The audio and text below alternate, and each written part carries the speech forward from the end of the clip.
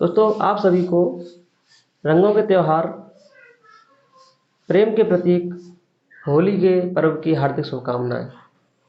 दोस्तों, मैंने देखा कि जो हमारे हिंदुओं के दो मुख्य त्यौहार हैं, एक दीपावली और दूसरा होली। इन दोनों ही त्योहारों को, वैसे तो ये त्यौहार बहुत ही अच्छे माने जाते हैं, क्योंकि दीपावली प्रकाश का पर्व है और होली रंगों का त्यौहार है, प्रेम का प्रतीक है।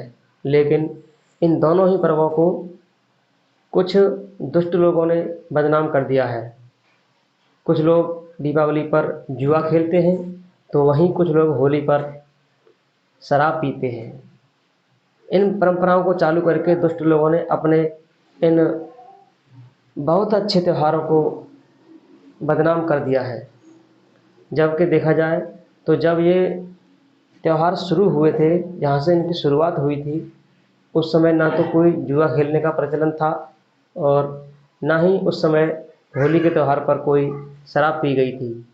लेकिन कलयुग में आते आते कुछ दुष्ट लोगों ने गलत परंपराओं का प्रयोग करके, गलत आदतों का प्रयोग करके त्योहारों का मतलब ही बदल दिया है। एक गलत दिशा में ले जा रहे हैं, अपने त्योहारों को बदनाम कर दिया है। तो मेरी आप सबसे रिक्वेस्ट है, निवेदन है कि त्योहारों को बदनाम होने से बचाएं और जो रियल में जो त्यौहार मनाते हैं उसको अच्छे ढंग से मनाएं। शराब का सेवन करके अपने पैसे की बर्बादी न करें और त्यौहार को त्यौहार की तरह मनाएं। रंगों का त्यौहार है, प्रेम का प्रतीक है, तो आप अच्छे से रंगों से त्यौहार को मनाएं, शराब से त्यौहार को न मनाएं। तो ये अपने धर्म के लिए ज़्यादा अच्छी बात रहेगी। दूसरा, मैं देखता हूँ कि कुछ लोग कीच मिट्टी की होली खेलते हैं, जबकि ऐसा कुछ भी नहीं है। ये भी एक गलत परंपरा बना रखी है। चलिए बात करते हैं उस समय की, जब भक्त प्रहलाद को होलिका अग्नि में लेकर बैठी थी और भगवान की कृपा ऐसी हुई, वो जलाना चाहती थी भक्त प्रहलाद को, लेकिन वो खुद ही जल गई, जबकि उसको वरदान था कि वो आग से नहीं जलेगी, फिर भी जल गई। दरअसल वो भौतिक आग से नहीं जली थी, वो भगवान के क्रोध की आग से जली थी। क्योंकि जो व्यक्ति भगवान के भक्त को सताता है, भगवान उसको कभी माफ़ नहीं कर सकते।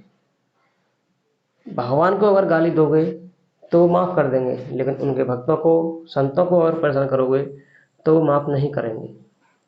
तो होलिका भगवान के क्रोध की अग्नि से जल गई थी। उसके बाद जब होलिका जल गई तो देवताओं ने गुलाल, फूल और रंगों की बरसात की।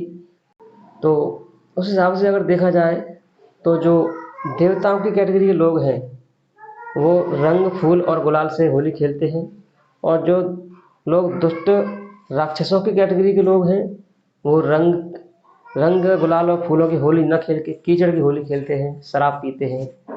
तो आप खुद ही डिसाइड कर लीजिए कि आप किस कैटेगरी में हैं। आप देवताओं की कैटेगरी में आते हैं या राक्षसों की कैटेगरी में आते हैं। बस इससे ज़्यादा मैं और कुछ नहीं कहूँगा। समझदार को इशारा काफ़ी होता है। बस आप सभी को एक बार फिर होली के पर्व की हार्दिक शुभकामनाएं। जय हिंद, जय भारत।